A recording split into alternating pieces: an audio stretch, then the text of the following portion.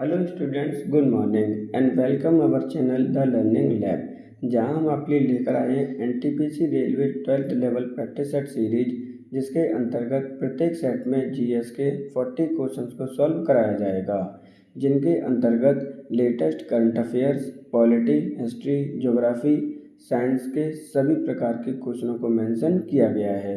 यह practice series आपकी आने वाली रिवीजन और क्वेश्चंस पैटर्न को समझने में मदद करेगी। अगर आपको हमारा कंटेंट और सीरीज पसंद आता है तो आप अपने फ्रेंड्स जो इसकी प्रिपरेशन कर रहे हैं उनके साथ शेयर कर सकते हैं, और आप चैनल को सब्सक्राइब कर लीजिए, जिससे कि आने वाले वीडियो या क्लासेस का नोटिफिकेशन आपको प्राप्त हो सके। अगर आपको हमें कोई सजेशन देना है तो आप हमें कमेंट बॉक्स में आकर दे सकते हैं। तो चलिए देखते हैं आज का अपना पहला क्वेश्चन।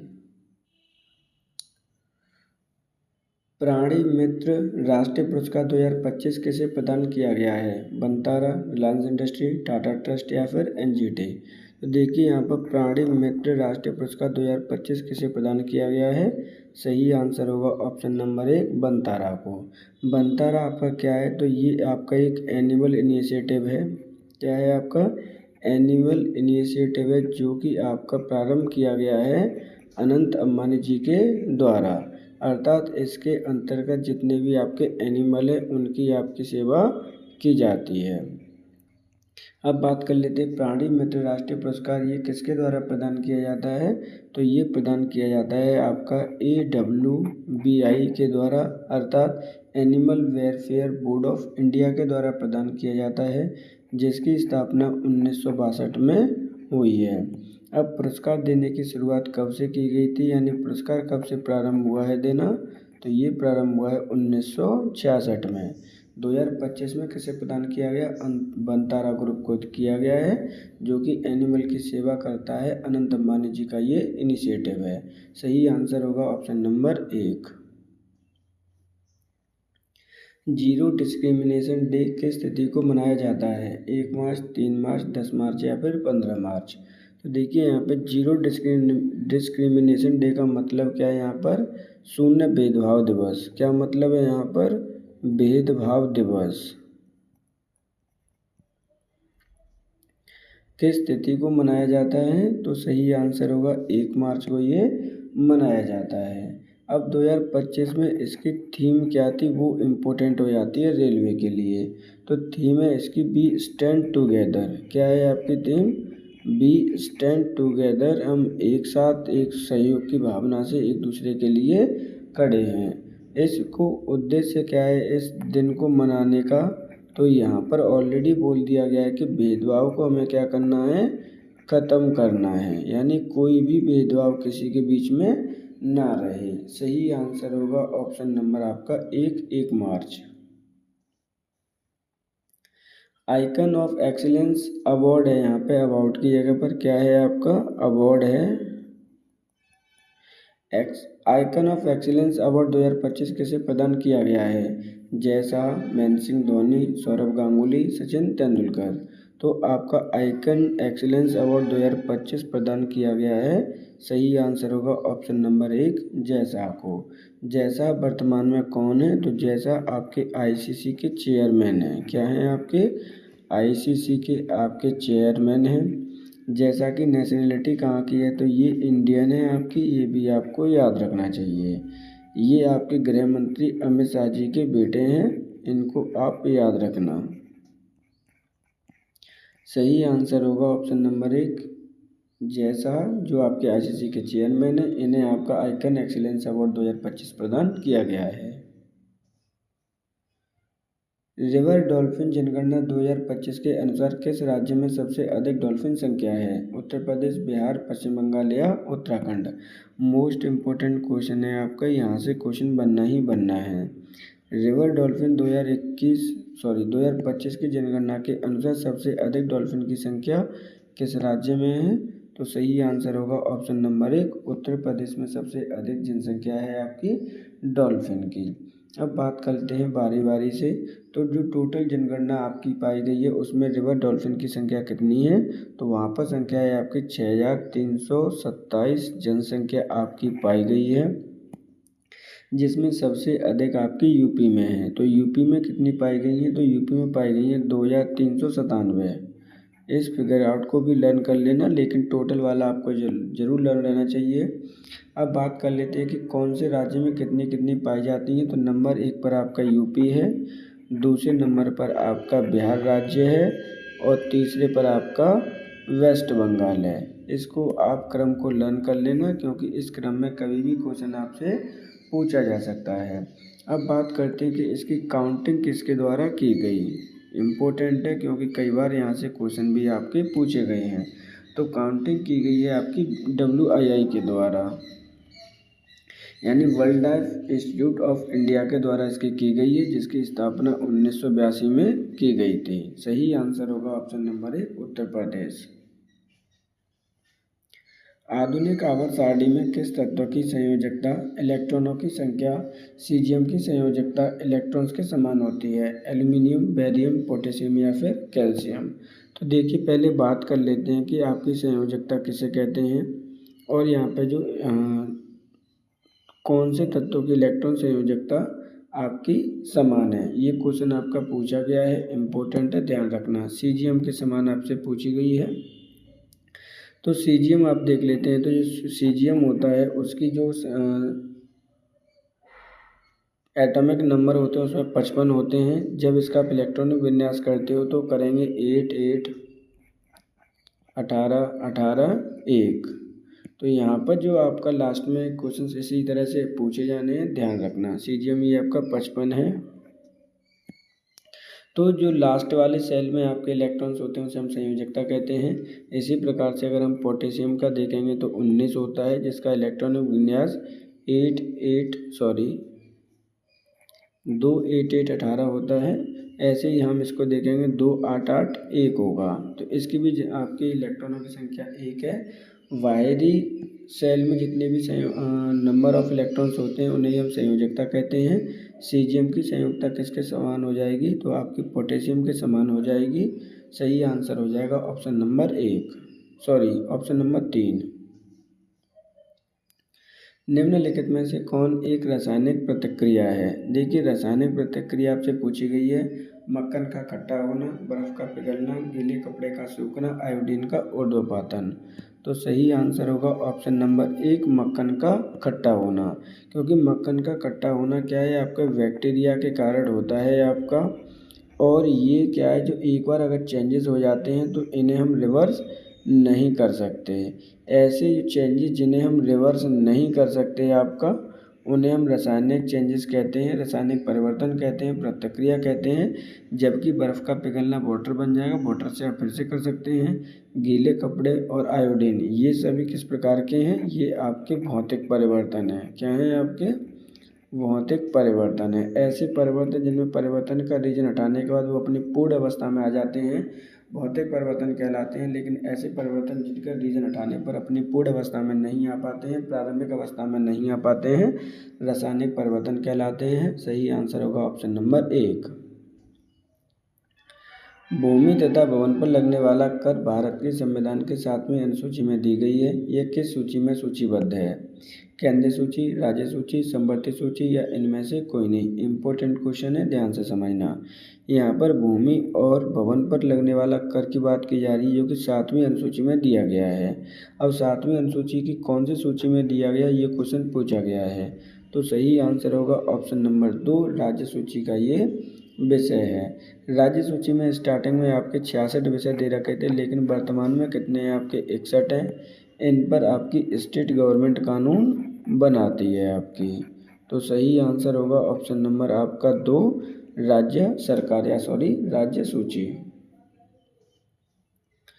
अकबर किस वर्ष की अवस्था में सम्राट बना था? 16, 19, 13 या फिर 14?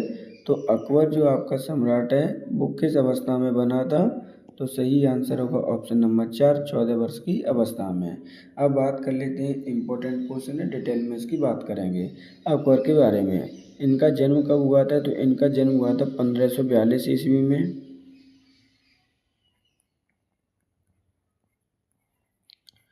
सम्राट कब बने थे? तो आपके जो किंग बने हैं, राजा बने हैं भारत के, वो राजा बने हैं 1556 ईस्वी में। इस चीज़ को आप ध्यान रखना।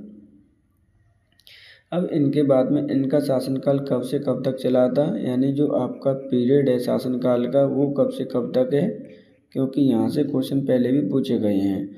तो 1556 से लेकर इनका जो पीरियड है वो है 1605 ईस्वी तक।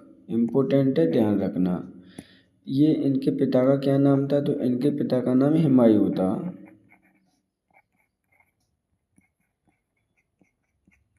तो सही आंसर होगा ऑप्शन नंबर 4।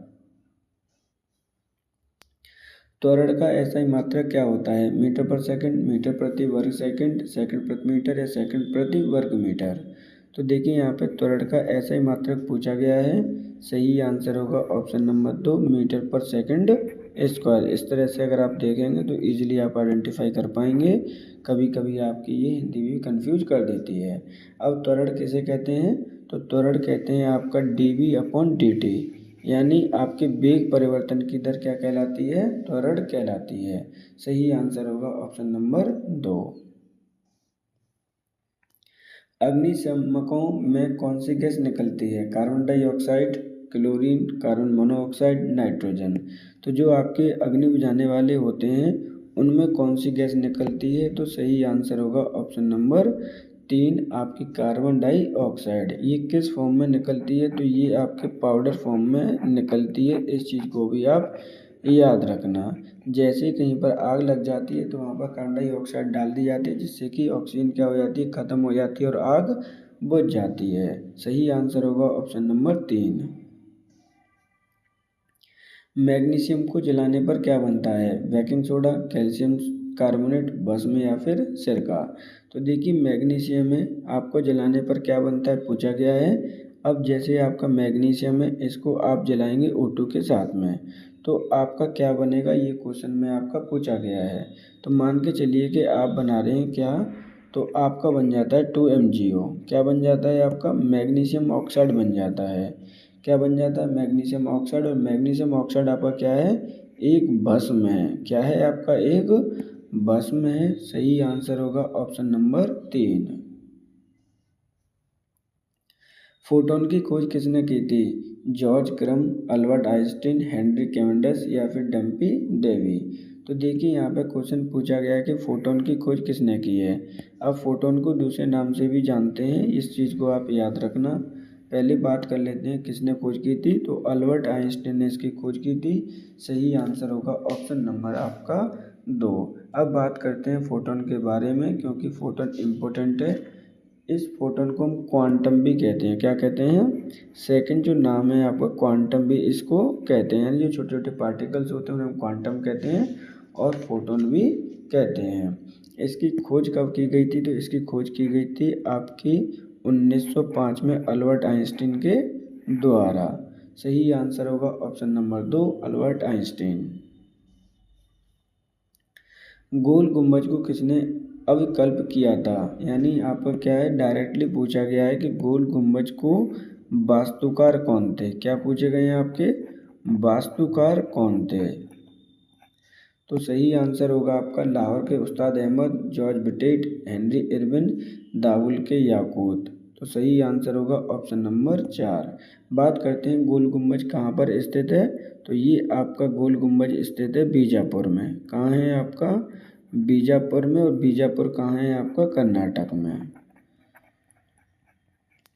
अब ये मकबरा किसका मकबरा है, तो आपका आदिल शाह का मकबरा है। किसका मकबरा है आपका, आदिल शाह का मकबरा है। इस चीज़ को भी आप याद रखना। सही आंसर होगा ऑप्शन नंबर 4, दावुल के याकूत। अस्त्र MK3 मिसाइल का निर्माण किसने किया है, DRDO, इसरो, स्पेसएक्स या फिर नासा। तो अस्त्र MK3 मिसाइल का जो निर्माण करता है वो है आपका DRDO। सही आंसर होगा ऑप्शन नंबर आपका 1। अब देखिए इसके बारे में डिटेल देख लीजिए, क्योंकि इस तरह के क्वेश्चन अक्सर करके आते ही आते हैं। साइंस एंड टेक्नोलॉजी से संबंधित क्वेश्चन है आपके। अब जो MK3 मिसाइल है DRDO के द्वारा निर्मित की गई है, जबकि उसका ऑफिशियली नेम क्या रखा गया है, तो ऑफिशियली नेम रखा गया है गांडीव। क्या रखा गया है? गांडीवा इसका ऑफिशियली नाम रखा गया है। अब बात कर लेते हैं MK3 मिसाइल के बारे में। तो ये ईयर टू ईयर मिसाइल है। क्या है आपकी? ईयर टू ईयर मिसाइल है आपकी। अब इसकी जो लेंथ है वो कितनी है? तो लेंथ है आपकी 3.8 मीटर की लेंथ है इसकी। वेट कितना है? तो 154 kg इसका वेट है। आपकी रेंज कितनी है इसकी? कहाँ तक मार कर सकती है? तो वो कर सकती है 350 किलोमीटर तक। स्पीड कितनी है? क्योंकि स्पीड भी कई बार स्टेटमेंट में पूछी जाती है। तो 2.0 से लेकर 3.5 MKH यानी मैक इसकी स्पीड है। सही आंसर होगा ऑप्शन नंबर 1, DRDO के द्वारा MK3 मिसाइल का निर्माण किया गया है। माधव राष्ट्रीय उद्यान किस शहर में स्थित है? मंडला, शिवपुरी, ग्वालियर या फिर झांसी? तो देखिए माधव राष्ट्रीय उद्यान कहाँ स्थित है? सही आंसर होगा ऑप्शन नंबर 2, ये शिवपुरी यानी MP में स्थित है। चर्चा में क्यों था? क्योंकि हाल ही में इसे 58 टाइगर रिजर्व घोषित किया गया है। क्या किया गया है? 58 टाइगर रिजर्व इसे घोषित किया गया है, इसलिए ये आपका चर्चा में बना हुआ था। MP में है। अब बात करते हैं कि सबसे ज़्यादा राष्ट्रीय उद्यान कहाँ पर स्थित हैं? तो MP में ही स्थित है, 9 है वहाँ पर। टाइगर प्रोजेक्ट की स्थापना या टाइगर प्रोजेक्ट कब से प्रारंभ किया गया था? क्योंकि टाइगर को प्रोटेक्ट करना था तो उसको भी याद रख लेना, 1973 में। सही आंसर होगा ऑप्शन नंबर आपका 2, शिवपुरी। कंजर, यहाँ पे आप कंजर नहीं है, ये खंजर है। क्या है? खंजर सैन्य अभ्यास 2025 का आयोजन कहाँ पे किया गया? किर्गिस्तान, कजाकिस्तान, भारत या पाकिस्तान? तो सही आंसर होगा ऑप्शन नंबर 1, इसका जो आयोजन है किया गया है किर्गिस्तान में। किर्गिस्तान में इसका आयोजन किया गया है। किन किन के मध्य ये किया जाता है? तो ये किया जाता है किर्गिस्तान प्लस इंडिया के मध्य में। चीज़ों को समझते जाना। अब 2025 में इसका जो एडिशन है वो कौन सा है? तो 12th एडिशन है आपका। स्टार्ट कब हुआ था? अर्थात एक दूसरे के साथ में सैन्य युद्ध अभ्यास कब से प्रारंभ किया गया है? तो वो किया गया है आपका 2011 से। सही आंसर होगा option number 1, Kyrgyzstan. Champion trophy 2025 के संदर्भ में कौन सा कथन आपका गलत है? तो देखिए चैंपियन ट्रॉफी से क्वेश्चन आपका 100% आना ही आना है, चाहे वो champion trophy world test championship हो या चैंपियन ट्रॉफी हो, वहाँ से क्वेश्चन आपके बनेंगे ही बनेंगे। इसका आयोजन देश पाकिस्तान था। चैंपियन ट्रॉफी 2025 की विजेता टीम भारत है। यह भारत का दूसरा खिताब है। गोल्डन बॉय न्यूजीलैंड के मैट हेनरी को प्रदान की गई। तो देखिए यहाँ पर क्या पूछा गया है? तो क्वेश्चन पूछा गया कौन सा संदर्भ गलत है? तो सही आंसर होगा ऑप्शन नंबर आपका 3, ये भारत का दूसरा खिताब ना होकर कौन सा है आपका थर्ड चैंपियन ट्रॉफी खिताब है। अब कब कब जीते हैं? तो पहली बार जीते थे 2002 में सौरव गांगुली की कैप्टनसी में। फिर जीते हैं आपके 2013 यानी MS धोनी की कैप्टनसी में। और फिर जीते हैं हम 2025 में। अब 2025 में कौन था? रोहित शर्मा। तो इस चीज़ को भी आप याद रखना। चैंपियन ट्रॉफी कौन ने जीती है? आपकी भारत ने जीती है। थर्ड टाइटल है। आयोजन करता देश आपका पाकिस्तान था। लेकिन भारत के सभी मैच कहाँ पर हुए थे? दुबई में हुए थे। इस बात को भी आप याद रखेंगे। गोल्डन बॉल किसे मिली है? मैच विनर हैं आपके मैच हेनरी नहीं है, मैट हेनरी हैं। तो सही आंसर होगा ऑप्शन नंबर 3। हाल ही में निहारिका कंपनी ने किसे अपना ब्रांड एम्बेसडर घोषित किया या बनाया है? PV सिंधु, साइना नेहवाल, स्मृति मंदाना, हरमनप्रीत कौर? तो देखिए निहारिका एक कंपनी है, कॉस्मेटिक कंपनी है। इसका ब्रांड एम्बेसडर किसे बनाया गया है? तो ऑप्शन सही आंसर होगा 2, साइना नेहवाल को। साइना नेहवाल कौन है? तो भारत की बैडमिंटन प्लेयर हैं आपकी। जो आपकी निहारिका कंपनी है, कॉस्मेटिक कंपनी है आपकी, जो कि ब्यूटी प्रोडक्ट को बनाती है। कहाँ की है ये? तो ये फ्रेंच कंपनी है आपकी। सही आंसर होगा ऑप्शन नंबर 2। राज्य का सर्वोच्च कानून अधिकारी कौन होता है? उच्च न्यायालय का न्यायाधीश, महाधिवक्ता, राज्य के गृह मंत्री या कानून विभाग का महासचिव। तो राज्य का सर्वोच्च कानून अधिकारी कौन होता है? सही आंसर होगा ऑप्शन नंबर 2, महाधिवक्ता। इसकी नियुक्ति किसके द्वारा की जाती है? तो इसकी नियुक्ति की जाती है गवर्नर के द्वारा, जो भी आपका गवर्नर होता है उसके द्वारा। जबकि भारत का सर्वोच्च अधिकारी कौन होता है? तो वो होता है महान्यायाधीश। दोनों में अंतर समझ लेना, क्योंकि यहाँ से क्वेश्चन कई बार आपके पूछे जाते हैं। राज्य के लिए होगा महाधिवक्ता, जबकि भारत के लिए होगा महान्यायाधीश। सही आंसर होगा आपका ऑप्शन नंबर 2। ये शब्द निम्नलिखित में से किसके साथ जुड़ा है? फुटबॉल, लॉन टेनिस, क्रिकेट या रग्बी। देखिए, जब आपके शब्दावली वाले क्वेश्चन आते हैं तो वो आपके 100% एक ना एक क्वेश्चन आएगा ही आएगा। इस जो शब्द है वो किससे जुड़ा है? आपका लॉन टेनिस से जुड़ा हुआ है। सही आंसर होगा ऑप्शन नंबर 2। नेपाल का सबसे लोकप्रिय खेल कौन सा है? फुटबॉल, क्रिकेट, ट्रैकिंग या फिर बेसबॉल। तो देखिए, नेपाल का सबसे लोकप्रिय खेल पूछा जा रहा है, तो सही आंसर है आपका ऑप्शन नंबर 1, फुटबॉल। फुटबॉल आपका सबसे लोकप्रिय खेल है। उसके बाद में सबसे लोकप्रिय खेल में आती है आपकी क्रिकेट। इस चीज़ को भी आप याद रखना, ये नेपाल है। अब नेपाल कहाँ पर स्थित है? तो भारत के नॉर्थ में आपका नेपाल स्थित है। एक पहाड़ी कंट्री है, ये भी आप याद रखना। तो सही आंसर होगा ऑप्शन नंबर 1, फुटबॉल। ताजमहल किसने बनवाया था? शाहजहां, अकबर, औरंगजेब या फिर जहांगीर। तो ताजमहल के निर्माता कौन थे? सही आंसर होगा ऑप्शन नंबर 1, शाहजहां। अब ताजमहल को शाहजहां ने कब बनवाया है? इम्पोर्टेंट है। 1632 ईस्वी में शाहजहां ने इसको बनवाया था। ये कहाँ पे बना हुआ है? तो ये आगरा में आपका बना हुआ है। किसके किनारे पर है? तो यमुना नदी के किनारे पर ये बना है। इस चीज़ को भी आप याद रखेंगे। अब जो आपका ताजमहल है वो यूनेस्को लिस्ट में शामिल किया गया है। कब शामिल किया गया था? तो आपका 1983 ईस्वी में यूनेस्को लिस्ट में आपका शामिल है। ये भी आप याद रखेंगे। ताजमहल आपका वाइट कलर की संगमरमर से बना हुआ है।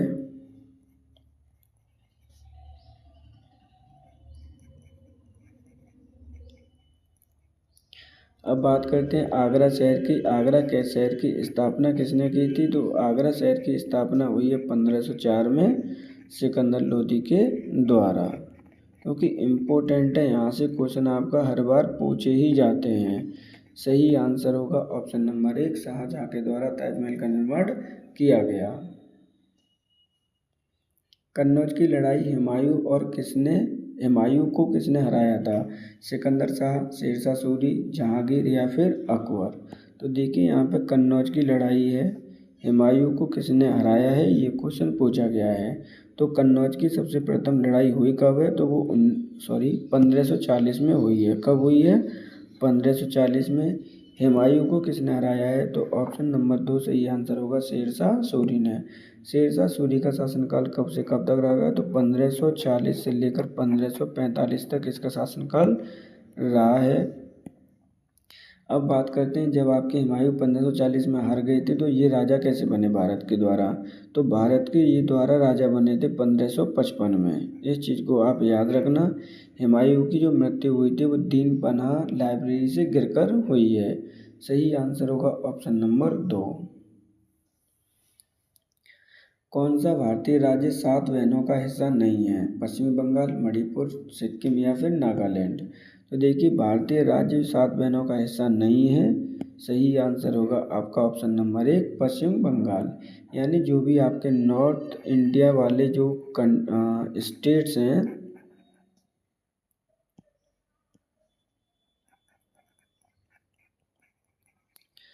नॉर्थ ईस्टर्न स्टेट्स हैं, उनको हम 7 बहनों के नाम से जानते हैं। जिनमें आपका पश्चिम बंगाल नहीं है, मणिपुर है, सिक्किम है, नागालैंड है, चौथा आपका मिजोरम है, पांचवा आपका अरुणाचल प्रदेश है, छठवां आपका मेघालय है और सातवां आपका असम है। तो इन सभी स्टेट्स को हम कहते हैं सात बहन, भारत की सात बहन है जो आपकी नॉर्थ ईस्टर्न स्टेट्स हैं। सही आंसर होगा ऑप्शन नंबर 1, जिनका हिस्सा पश्चिम बंगाल नहीं है। निम्नलिखित में से कौन सा पुरस्कार सांस्कृतिक सद्भाव को बढ़ावा देने के लिए दिया जाता है? द्रोणाचार्य पुरस्कार, तुलसीदास पुरस्कार, टैगोर पुरस्कार या फिर अर्जुन पुरस्कार। तो देखिए यहाँ पर सांस्कृतिक सद्भाव को बढ़ावा देने के लिए पुरस्कार दिया जाता है, वो है आपका टैगोर पुरस्कार। ऑप्शन नंबर आपका 3 सही आंसर होगा। अब टैगोर पुरस्कार की प्रारंभ कब से किया गया है, क्यों किया गया है, इम्पोर्टेंट है आपका। तो टैगोर पुरस्कार प्रदान किया जाता है, स्टार्टिंग की गई है 2011 से, जिसमें आपका 150वें जन्मदिन पर इसको प्रारंभ किया गया था। कौन से भाई जन्मदिन पर? 150वें जन्मदिन पर टैगोर जी के। सही आंसर होगा ऑप्शन नंबर आपका 3। द्रोणाचार्य पुरस्कार आपकी कोचिंग के लिए दिया जाता है। किसके लिए दिया जाता है? आपका कोचिंग के लिए इन स्पोर्ट्स में। जबकि अर्जुन पुरस्कार दिया जाता है स्पोर्ट्स में ही, जो 4 साल अपना अच्छा परफॉर्मेंस करते हैं उनको, यानी प्लेयर्स को। सही आंसर होगा ऑप्शन नंबर 3। खाद्य मछली की नई प्रजाति पंपा नदी में मिली है, यह नदी किस राज्य में स्थित है? कर्नाटक, तमिलनाडु, केरल या गोवा। तो आपकी खाद्य मछली की नई प्रजातियाँ पंपा नदी में मिली हैं। पंपा नदी किस राज्य में है? तो सही आंसर होगा ऑप्शन नंबर 3, केरल राज्य में ये स्थित है। अब जो केरल राज्य है वो कहाँ पर स्थित है वो देख लीजिए। भारत के यहाँ पर आपका केरल राज्य स्थित है, जहाँ पर पंपा नदी बहती है, खाद्य मछलियाँ पाई गई हैं, जिसकी राजधानी क्या है आपकी? तिरुवनंतपुरम है।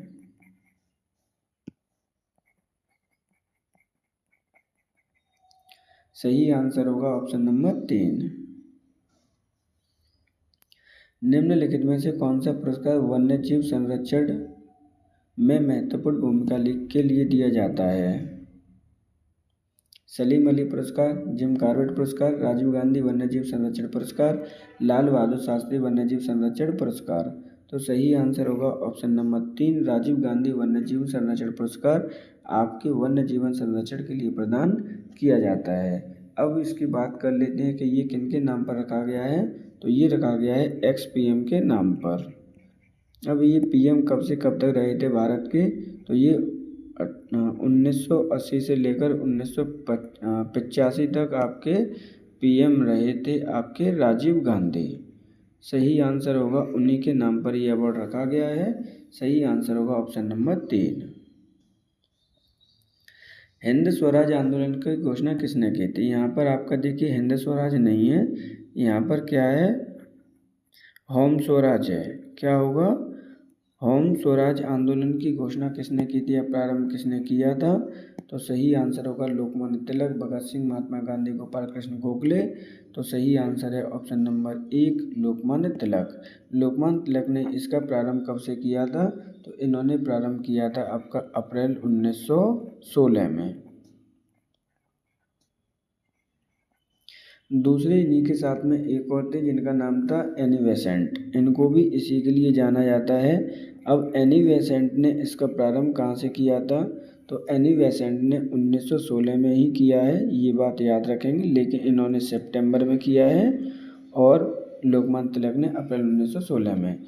इन्होंने अपना जो मुख्यालय बनाया था वो पूना में बनाया था और इन्होंने अपना मुख्यालय जो बनाया है वो अडयार में बनाया है। सही आंसर होगा ऑप्शन नंबर 1। भारत का प्रथम राज्य कौन सा है जिसने अपना सैटेलाइट लॉन्च करने की घोषणा की है? कर्नाटक, केरल, असम या मिजोरम।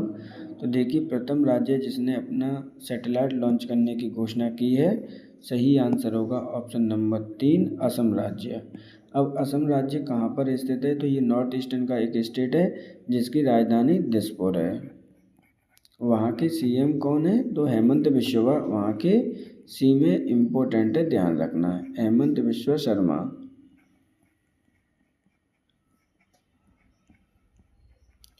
सही आंसर होगा ऑप्शन नंबर 3।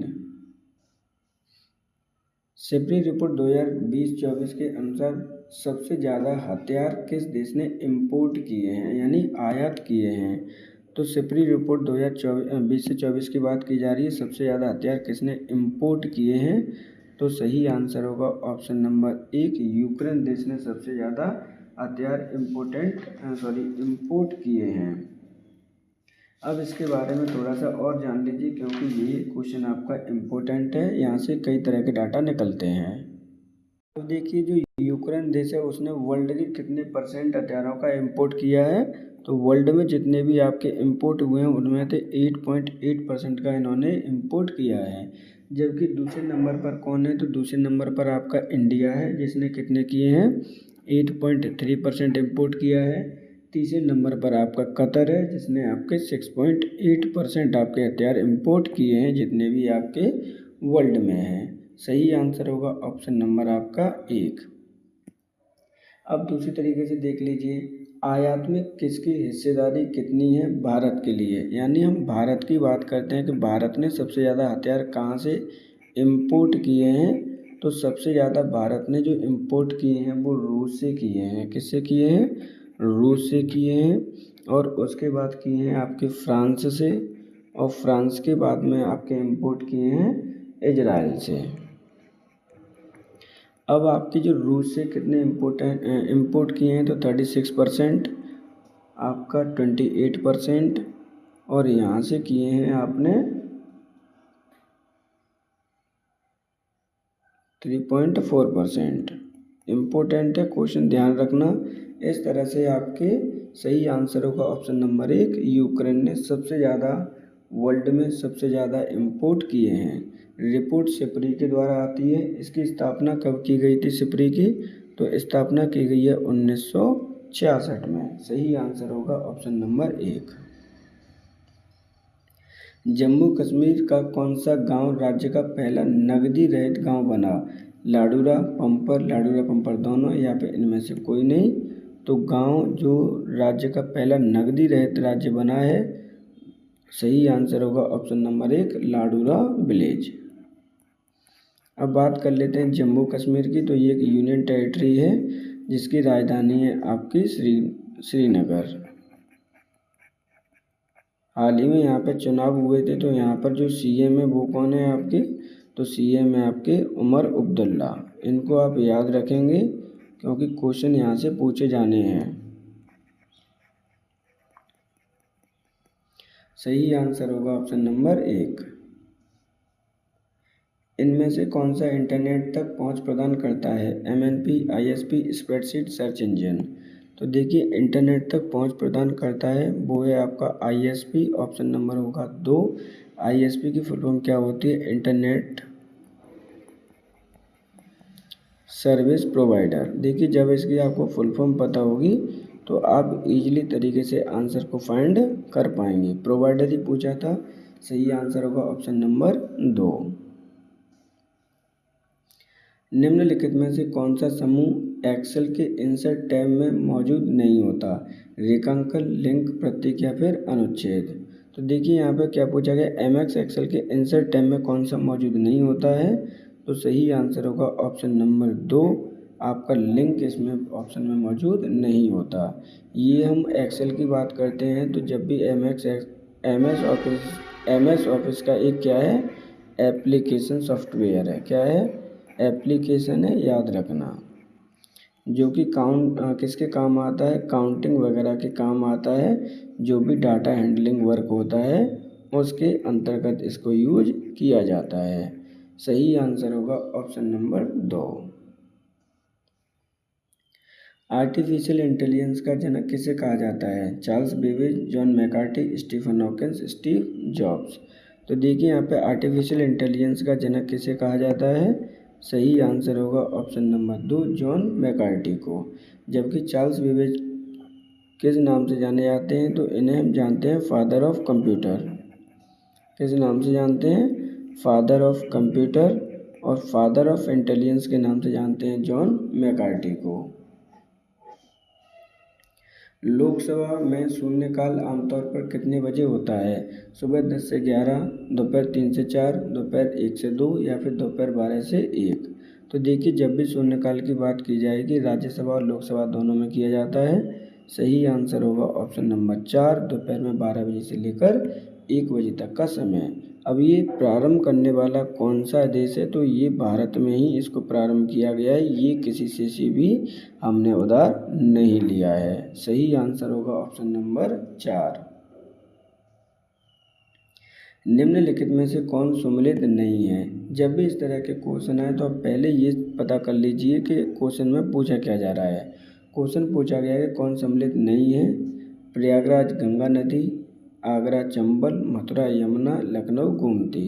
तो सही आंसर होगा ऑप्शन नंबर आपका 2, आगरा चंबल नदी के किनारे ना होकर किस नदी के किनारे आपका यमुना नदी के किनारे पर बसा हुआ है, और यमुना नदी के किनारे पर ही आपका ताजमहल बना हुआ है, जो कि पर्यटन के देखते हुए सबसे ज़्यादा टूरिस्ट यहाँ पर आते हैं। सही आंसर होगा option number 2। Grand officer of the order of the star and key of the Indian Ocean award किसे प्रदान किया गया है। मोदी जी, द्रौपदी मुर्मू, अमित शाह, योगी आदित्यनाथ। तो ये जितना भी बड़ा आपका अवार्ड का नाम है याद रख लेना, द इंडियन ओशन अवार्ड के नाम से ये प्रदान किया गया है ऑप्शन नंबर 1 मोदी जी को।